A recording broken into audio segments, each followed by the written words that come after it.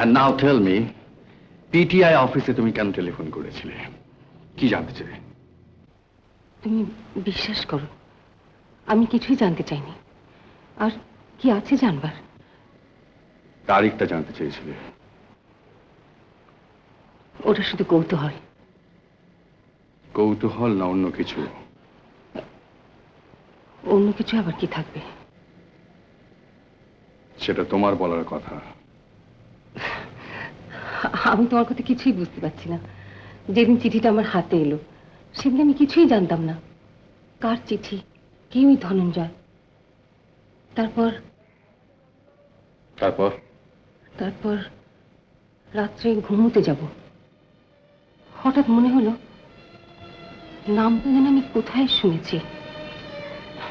পর মুহূর্তে মনে হলো আমি নামটা তোমার কাছেই শুনেছি।